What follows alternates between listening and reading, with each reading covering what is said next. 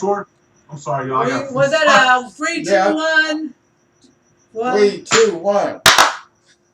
3, 2, 1. Never mind. It's a video delay since Hamilton has to Skype Oh in yeah, here. we got the Skype delay. I'm sorry, That's y'all. all right. I heard Let you me say make sure three, this two, is one. recording Damn. here. Yeah, that is. That looks like it is. Record low. That better be recording. There, it's moving now. Okay, gotta have numbers moving. Oh, hope that other one recorded. Okay. And hi, this is Lori. And this is Peter. This is Hamilton. Checking his phone. And we are with Action Heroes LA, Heroes Character Rental Service, getting you another review, quarantine review, one that Hamilton suggested.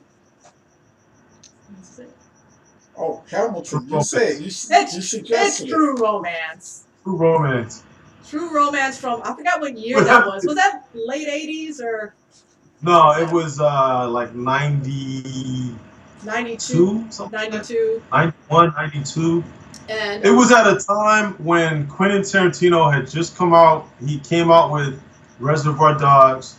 He wasn't a household name, but like Hollywood loved Quentin Tarantino. And I mean, literally to the point where people like young filmmakers, young unheard filmmakers were mimicking his style and getting their projects greenlit left and right because Hollywood couldn't get enough of that gunplay type thing that he did, and everyone who imitated Tarantino, none of those people you hear about nowadays.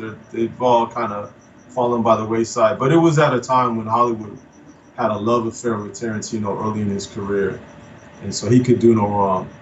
He was actually acting, and he was doing a lot of different things other than just directing, because he could do whatever he wanted at that time. Yeah, that's interesting. It's before Pulp Fiction came out, but yeah, exactly. Usually, like you said, Reservoir Dogs was probably more of a sleeper hit. I don't think it was like a major box office thing and put him on the map. Like I said, he wasn't on the map yet, but like people in Hollywood was like, oh, this is something new and different and amazing. So let's jump on, let's pounce. Exactly. So this film is written by Quentin Tarantino, but directed by Tony Scott of many 80s action films, mainly known for Top Gun. Biggest film I know of his.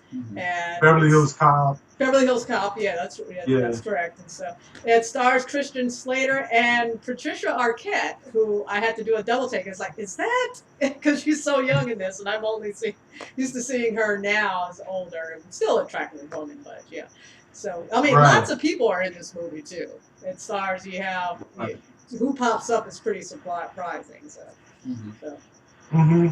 Well, I know it was my first time seeing the movie, first time even hearing about it.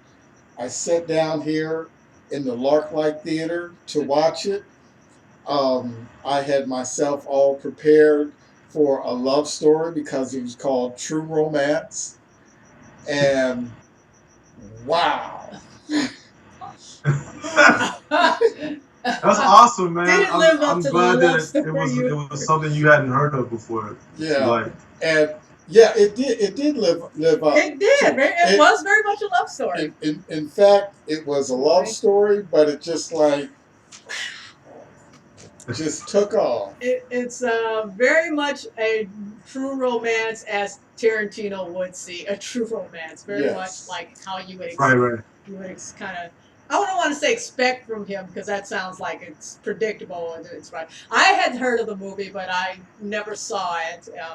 I think I don't know why. It's just like a non-Tarantino directed movie. I tend to not see too many of his, and it's not that I'm a fan of his, but I'm not so much like huge fan that's like, oh no, I'm a purist. I cannot see any other Tarantino.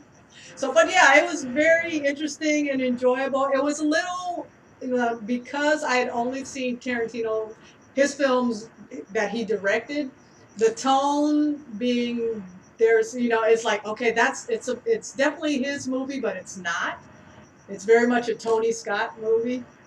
And very much in his style, but it's like Tarantino's voice very much so. Oh, definitely, because one of the things, because I didn't know who wrote it, who directed it, anything like that. I was just seeing this. What I thought I was going to be seeing was a romantic movie, And but it is. um, right after it was over, I started asking. So did Tarantino do this movie? Because, like you said, it was very much his movie. Um, there were certain lines that weren't kept that Tarantino does keep.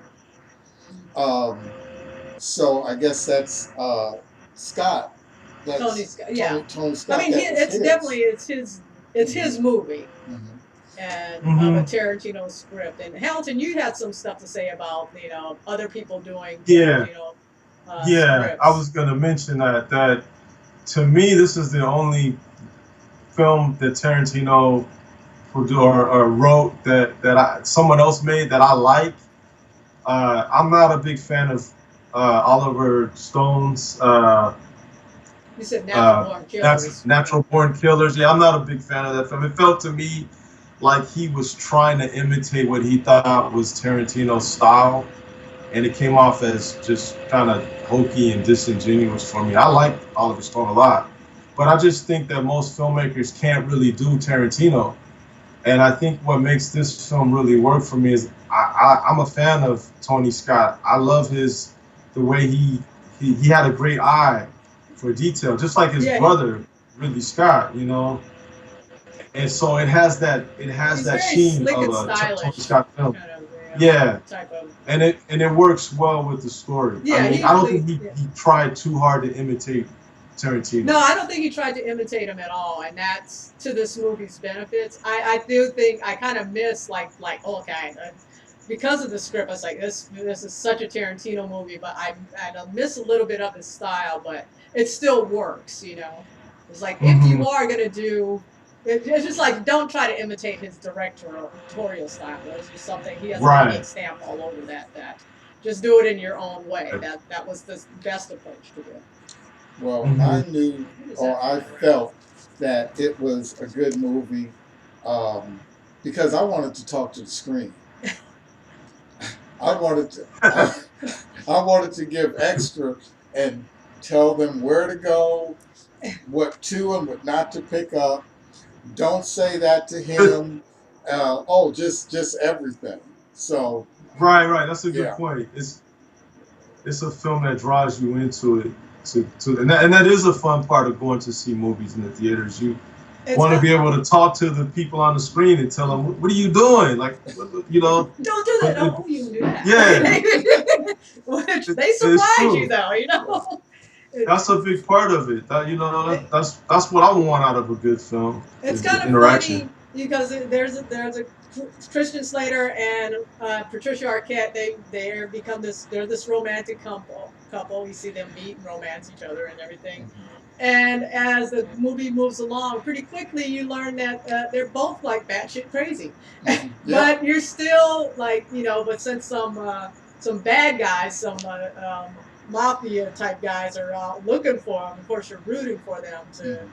to get their happy ending, to get away and get their happy ending. But Mhm. some ways they get away is just like But wow, I wouldn't but expect that. I But love yeah, the twist and the turns of yeah, this movie. It's like it yeah. starts off and it's one movie, then it gets to the middle and it's another movie, and then it gets to the end and it's a totally different movie.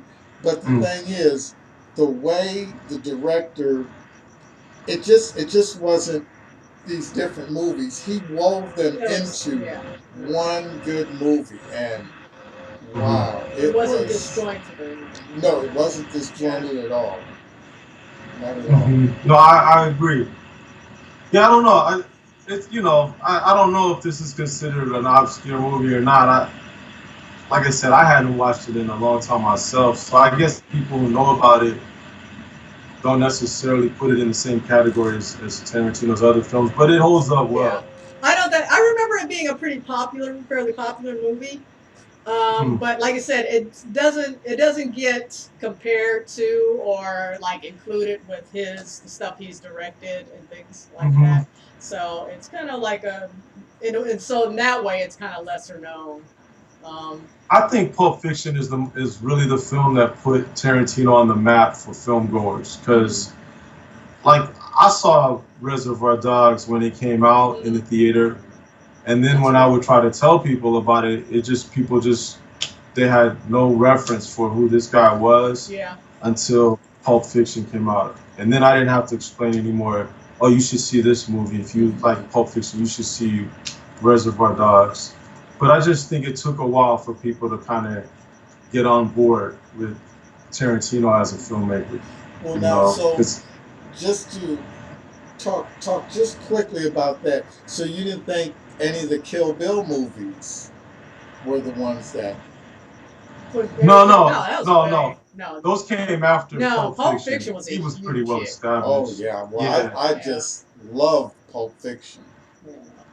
Yeah. No, he was well established after Pulp Fiction, but that's what I'm trying to say is there was a period early in his career. He came out with Reservoir Dogs, which was a great film, but I don't think a lot of people saw it when it first came out. I didn't see it until after Pulp Fiction. Yeah, like, I think most people probably. Yeah, most people probably didn't see Reservoir Dogs until after they saw Pulp Fiction. Yeah, I remember seeing Jackie Brown and not realizing at the time how great a film it really was. I kind of was like wanting it to be more like Pulp Fiction or something, I guess. But you know, that's a little more. I don't want to say subdued, but most of the movie, I would say it's more subdued than you expect Tarantino to be. Let's talk about all the people who pop up in this movie. Everybody. Oh yeah, I can't remember everyone. Yeah, it's. But yeah, there's Brad Pitt. Brad Pitt has a small role. It's just like what? Yeah. And he popped up like way. It's like before he was a major anything. Yeah. This was an early This was an early period in his career as well. I think he did like Thelma and Louise. Okay. And maybe Legends of the Fall. I don't think he did Legends of the Fall yet, to be honest. I'm not sure. But he was after Legends of the Fall. He was a huge star. Yeah, but I think this was right before that. Yeah, Christopher Walken in it, and who played the Christian Slater's dad? Gary Oldman is in this. Yeah, Gary. I mean, right. And then he's got a fairly small part in this. It's like, what? He's Samuel L. Jackson. Yeah. Is in this. I thought you were keeping that out on purpose. No, because, I forgot he was in this because he's like in the beginning, and it's like, okay, yeah. And wait a minute, because you expect Samuel L. Jackson in a film. I mean, this was early in his career too. So I mean, even Do the Right Thing was early in Samuel L. Jackson's career. If you think about it, but.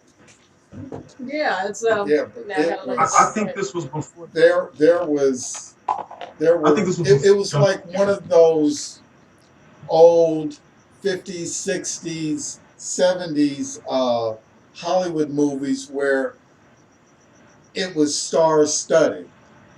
Everyone who had a part was a star. If they weren't a star then, they were going to be a star later, and that I think that's a testament to the casting. Oh yeah, James Gandolfini of the movie. It was just wow. That's right. Dennis Hopper. You know, you guys, I would say I think the fact that there's so many recognizable stars in this film just speaks to the fact that it looks to me like they had a lot of fun making this movie. It looks like.